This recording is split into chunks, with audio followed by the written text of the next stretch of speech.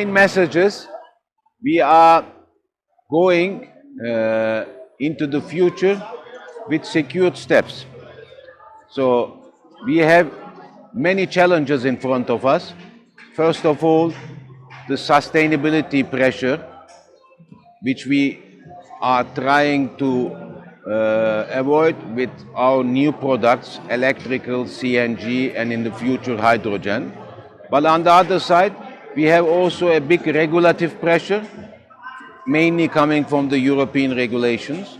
Therefore, we are expanding our R&D power and now have 300 engineers in our R&D focusing on the regulative issues and also on the development of new products.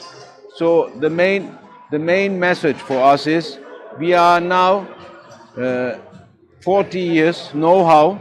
We are now expanding that to other manufacturing locations. And as a first step, we are now acquiring a new factory in Uzbekistan, serving to the whole Central Asian and Middle East countries. So we are very excited about this project.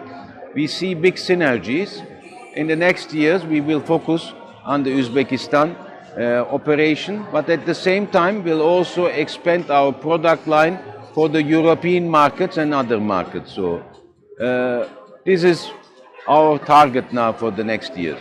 So we can say that in the next years, our capacity for the trucks, buses, and pickups together will be totally coming to around 20,000 units. So in the next 3-5 years. So market-wise, now we are serving from Turkey, from our Turkey operation, 45 countries. 45 countries are mainly European countries, plus Northern African region, Middle East and Central Asian countries. With Samoto, we will strengthen our position in Central Asia, of course, not only in the Uzbekistan market, but will also go down with their products to get more market share in Middle East and in the African markets. So we will have a stronger position in the Middle East, in Central Asia, and the African regions with the Samoto acquisition.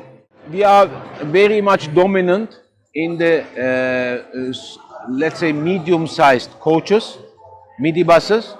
We are very dominant and have very good products there. But in the last years, we are getting very much dominant in the public transportation side too.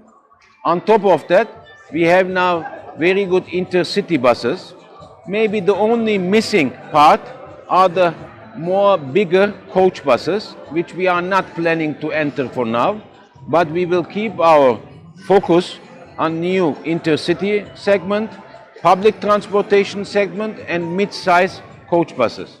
There will be diesel, conventional, but all of them will have CNG and electric.